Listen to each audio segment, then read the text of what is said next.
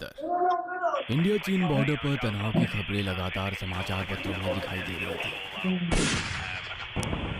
भारतीय सेना को भी अलर्ट जारी कर दिया गया था कि वे सतर्क रहें। इसी गर्मा गर्मी के माहौल में एक दिन भारतीय सेना को चीनी सेना का एक पत्र मिलता है।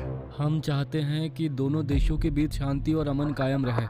इसके लिए आप भी बॉर्डर के लिए बनाए गए नियमों का पालन करें, वरना परिणाम भुगतने के लिए तैयार रहे। हमें इस बात की पूरी जानकारी है कि आधी रात के बाद आपकी सेना का एक जवान घोड़े पर सवार होकर हमारी चीन बॉर्डर के रेस्ट्रिक्टेड एरिया में आकर गश्त लगा रहा है। ऐसा करना नियमों के खिलाफ है। आप अपनी गतिविधियां सीमित रखें। चीनी सेना का धमकी भरा पत्र पढ़कर भारतीय सेना के कमांडर के माथे पर पसीने की बूंदें दिखाई पड़ने लगी थी। चीनी सेना ने शिकायती पत्र भेजा है। उनका कहना है कि हमारी सेना का एक जवान आधी रात के बाद उनके बॉर्डर के पास जाकर गश्त लगा रहा है। पता करो ये कौन सा सिपाही है। हमने तो इस तरह का कोई आदेश नहीं दिया, और वैसे भी हम किसी सिपाही को इतने संवेदनशील जगह पर अकेला क्यों भेजेंगे? कमांडर की बात सुनकर भारतीय सेना एक बार फिर से एक्शन मोड में आ जाती है और उसी रात से बॉर्डर के पास सख्ती और भी बढ़ा दी जाती है। आधी रात बीत गई थी। धीरे धीरे घड़ी के कांटे 2 बजने का संकेत दे रहे थे। चारों ओर बर्फ से ढके पहाड़ थे और बर्फीली हवाएं चल रही थी। बॉर्डर के पास तैनात 2 सिपाही मुस्तैदी से चीन बॉर्डर की ओर जाने वाले रास्ते पर नजर बनाए हुए थे। अचानक ही उन्हें घोड़े के पैरों की आवाज सुनाई देती है। तुमने सुना? ऐसा लग रहा है जैसे कोई घोड़े पर सवार होकर इधर ही आ रहा है। इसका मतलब अभी तक जो कुछ भी सुना था वो सच था। वाकई सेना का कोई सिपाही बॉर्डर पर जाकर गश्त करता है। दोनों सिपाही हैरानी से एक दूसरे की ओर देख रहे थे कि तभी सामने से एक सिपाही सफेद घोड़े पर सवार होकर उनकी ही तरफ बढ़ने लगता है। सिर पर पगड़ी पहने उस सिपाही की आंखों में कोई हलचल नहीं थी, ना ही सामने खड़े सिपाहियों को देखकर उनके कदम ठिठके, ना चेहरे पर कोई भाव आए। बस अपनी गति से वो आगे बढ़ता रहा। और इससे पहले कि ड्यूटी पर तैनात दोनों सिपाही कुछ भी समझ पाते, घोड़े पर सवार सिपाही हवा की तरह उनके शरीर से आर पार निकल गया। दोनों सिपाहियों के चेहरे डर से सफेद पड़ गए थे। उन्हें समझ ही नहीं आ रहा था कि अभी अभी जो उन्होंने देखा वो सच था या उनका वहम। ये क्या था? ये तो संभव ही नहीं है। और ये जो सिपाही अभी अभी घोड़े पर सवार होकर गया, ये तो यहाँ पर पोस्टेड ही नहीं है। आज से पहले तो मैंने इसे कभी देखा ही नहीं। ये सब मैं क्या देख रहा हूँ? अब मुझे अपने दिमाग पर ही शक होने लगा है। तूने भी वही देखा जो मैंने देखा? इसका मतलब वो अभी अभी सचमुच यहाँ से गया है। क्या रिपोर्ट करेंगे कमांडर को कि बॉर्डर पर जो सिपाही ड्यूटी दे रहा है वो सिपाही नहीं बल्कि हवा है? मेरे तो सोचकर भी रोंगटे खड़े हो रहे हैं। आज तक भूत प्रेत की कहानी तो बहुत सुनी थी, लेकिन ये नहीं पता था कि एक रोज अपनी आंखों से भूत देखने को मिलेगा। उस घोड़े पर सवार सैनिक को देखकर दोनों सिपाहियों की डर से घिघी बंध गई थी, लेकिन उस घुड़सवार ने दोनों सिपाहियों को कोई भी नुकसान नहीं पहुंचाया। किसी तरह बॉर्डर के पास अपनी रात की ड्यूटी पूरी करने के बाद दोनों सिपाही सवेरे अपने ऑफिसर को रिपोर्ट करने जाते हैं। चीन की तरफ से जो चिट्ठी आई है वो खबर एकदम सही है सर। चीन बॉर्डर पर हिंदुस्तान का एक सिपाही घोड़े पर सवार होकर रात के 2 बजे गश्त देने गया था। लेकिन ये जानकर आपको हैरानी होगी कि वो सिपाही जिंदा नहीं है बल्कि एक भूत है। क्या बात कर रहे हो? कोई मजाक चल रहा है क्या यहाँ पर? नहीं सर, हम दोनों ने अपनी आंखों से देखा। घोड़ा लेकर वो हमारे शरीर के आर पार निकल गया। वो इंसान नहीं है सर। उसके सिर पर पगड़ी थी और उसने इंडियन आर्मी की यूनिफॉर्म भी पहनी हुई थी। सिपाहियों के मुंह से ये बात सुनने के बाद ऑफिसर के चेहरे के भाव बदलने लगते हैं। अच्छा ठीक है, तुम दोनों जाओ, मैं देखता हूं। तभी ऑफिसर रणविजय नाम के एक दूसरे सिपाही को बुलवाता है। कुछ देर बाद रणविजय ऑफिसर के कैबिन में आता है। जय हिंद सर, आपने मुझे बुलवाया? हाँ रणविजय, एक बात सच सच बताओ, पिछले शनिवार की रात क्या हुआ था तुम्हारे साथ? क्या साहब, मैं बताऊंगा तो फिर आप नाराज होंगे। नहीं नहीं, तुम बताओ, मैं वाकई जानना चाहता हूँ। मैं रात के समय अपनी ड्यूटी कर रहा था साहब। ठंड बहुत ज़्यादा थी। कड़कड़ाती ठंड में मेरी हालत ख़राब हो रही थी कि तभी मेरे साथ वाले सिपाही ने थोड़ी सी आग जलाई। आग की गर्मी मिलने से मेरी हल्की सी आंख लग गई। अगले ही पल मैंने महसूस किया जैसे किसी ने मेरे मुंह पर ज़ोरदार तमाचा मारा हो। तमाचा इतना ज़ोरदार था साहब कि एक झटके से मेरी नींद टूटी और मैं हड़बड़ा कर खड़ा हो गया। देखा तो सामने इंडियन आर्मी की यूनिफॉर्म में एक जवान खड़ा था। सर पर पगड़ी थी और चेहरा बिल्कुल गंभीर। गुस्से में मुझसे कहने लगा कि देश की सुरक्षा तुम्हारे हाथों में है और तुम यहाँ सो रहे हो। उसकी आवाज़ में इतना गुस्सा था कि मैं अंदर तक कांप गया और तुरंत अपनी ड्यूटी पर मुस्तैदी से लग गया। अच्छा ठीक है, तुम जाओ, डिसमिस।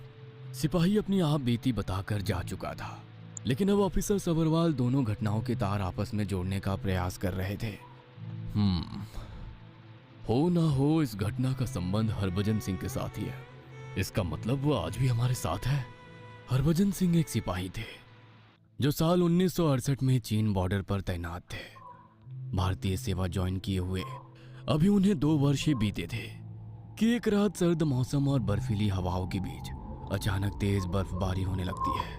वह देखते हैं कि कुछ सैलानी पहाड़ों में फंसे हुए हैं। सैलानियों की मदद करने के दौरान वह एक तेज बहते नाले की चपेट में आ जाते हैं।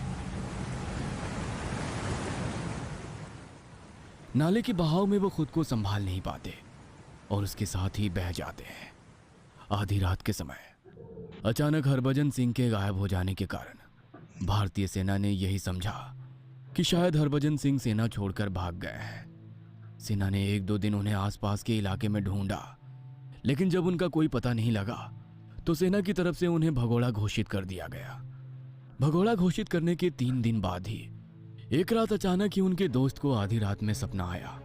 सपने में, मुझे भगोड़ा समझने की गलती मत करना, मैं तो उस रात सैलानियों की मदद करने के दौरान नाले में बह गया था। अगर यकीन ना हो तो नदी के मुहाने पर जाकर देखो, वहीं पर मेरी बॉडी और राइफल मिल जाएगी।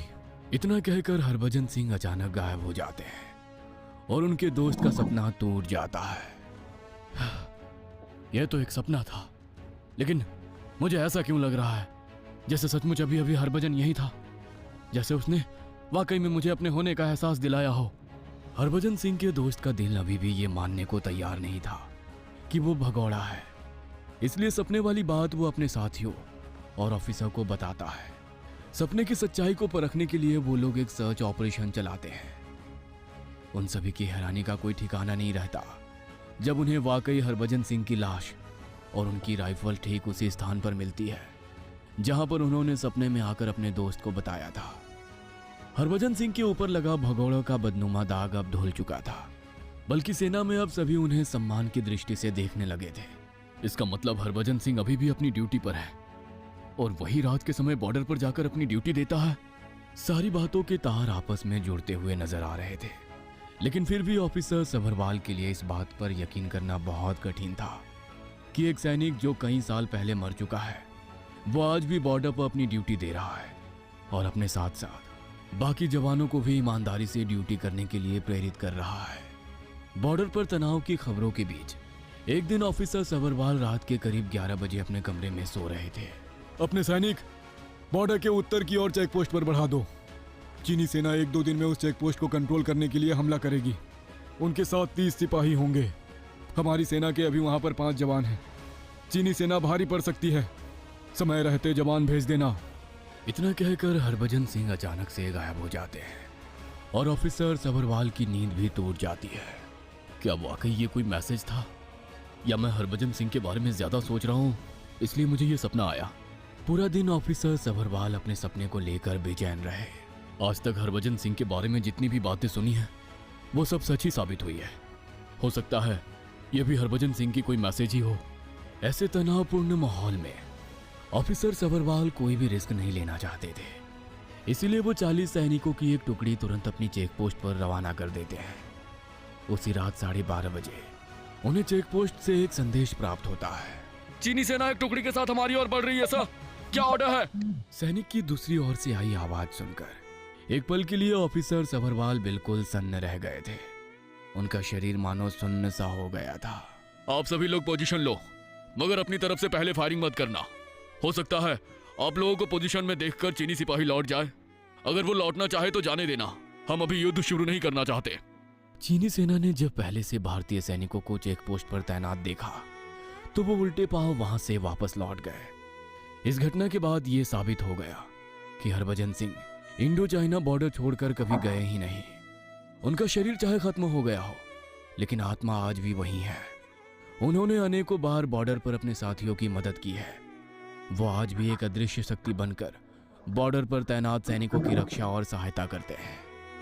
भारतीय सैनिकों के मन में उनके लिए इतना श्रद्धा और विश्वास है कि उनके नाम से गैंगटॉक में एक मंदिर भी बनाया गया है।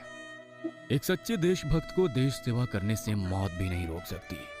बाबा हरभजन सिंह की देश के प्रति भाव देखकर भारतीय सेना ने एक बार फिर उनकी तनख्वाह और भत्ते वापस शुरू कर दिए।